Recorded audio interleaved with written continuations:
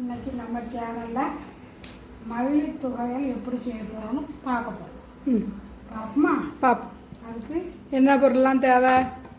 அதுக்கு கொஞ்சம் மல்லி எடுத்து வச்சுருக்கேன், கொஞ்சம் கருவேப்பிலை எடுத்து வச்சுருக்கேன், 4 வரமிளகா எடுத்து வச்சுருக்கேன், கொஞ்சம் புளி எடுத்து வச்சுருக்கேன், டேஸ்ட்டுக்கு கொஞ்சம் கடலை பருப்பு எடுத்து வச்சுருக்கேன், கொஞ்சம் தேங்காய் எடுத்து வச்சுருக்கேன். மல்லிகை கழுவுனியா?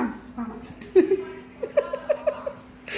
இதெல்லாம் இப்போ எல்லாம் ஒரு வறுத்து கொடுக்கும். சரி, வறுத்துட்டு காமிக்கும். சரி. நாங்கள் எங்கள் வீட்டில் தேங்காய் தான் யூஸ் பண்ணுவோம். நீங்கள் எண்ணெய் ஊற்றுக்கலாம். அதை வச்சு 2 ஸ்பூன் எண்ணெய் ஊற்றி விடுங்க. இது ரொம்ப எண்ணெய் தேவைப்படாது. நம்ம கொஞ்சம் சவுண்டாக பேசுங்க. அந்த அந்த கட்டோட வறுத்து வைக்கணும்.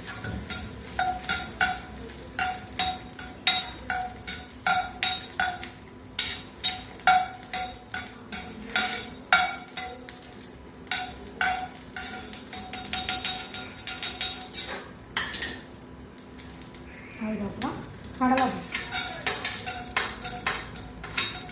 புளி அதோட சேர்த்துக்கலாம். இந்த கொத்தமல்லி துவையல் எந்த தோசைக்கு? ராகி தோசைக்கு. ராகி தோசை. ராகி தோசை எப்படி அரைக்கணும்? ராகி தோசை 1 கிளாஸு ராகி, 1 கிளாஸு பச்சை அரிசி, 1 கிளாஸு புழுங்கரிசி, கொஞ்சம் 1 ஸ்பூன் வெந்தயம் போட்டு காலையில் அரைச்சி நல்லா பொங்கி போய் ராகி தோசைக்கு தான். இந்த மாவையும் காமிக்கியா? இந்த பாருங்க, மாவை அரைச்சி வச்சுருக்கேன். ராகி தோசை நம்ம வீட்டில் சுட்டு இன்னைக்கு கொத்தமல்லி அரைச்சி கொஞ்சம் 1 ஸ்பூன் புளிச்ச மாவை சேர்த்து விரைய வச்சோம். அது நல்லா பக்குவமாக பொங்கிட்டு இப்போ கடலைப்பருப்பு நல்லா வறுந்துட்டு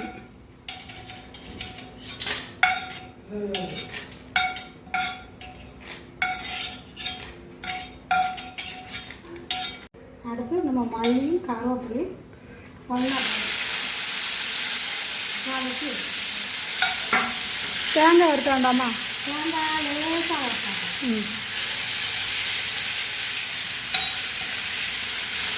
தேங்காய் வறுக்கணும் இல்லை உடனே சாப்பிடுவதுனால 2 நாளைக்கு வறுத்து சாப்பிடுவாங்க. நல்லா வறுத்தா இருக்கும்.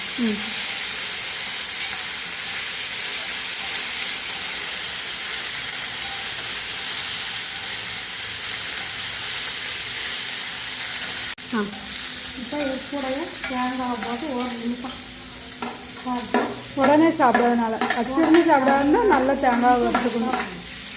இது நாளைக்கு சாப்பிட்றாருந்தா தேங்காயை தனியாக வறுத்து நல்லா வறுத்து அரைச்சி வறுத்து தாளித்து வச்சா 2 நாளைக்குனாலும் ஒன்றும் செய்யாது.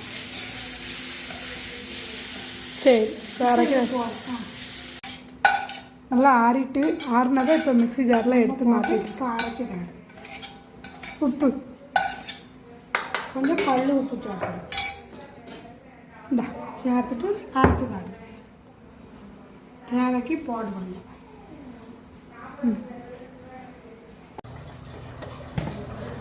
கொஞ்சம் ஒரு நவுட்டிட்டு அதுக்கப்புறம் நவுட்டிட்டு தேவைக்கு தண்ணி ஊற்றி நல்லா ரொம்ப மையாகவும் இல்லாமல் ரொம்ப குறகுறப்பாக இல்லாமல் காணும்.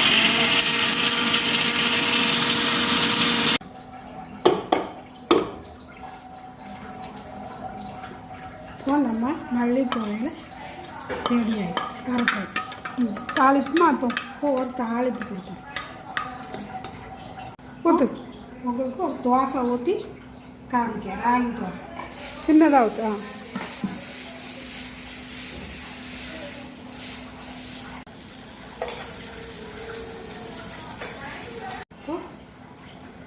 தோசையை மாற்றிட்டோம்.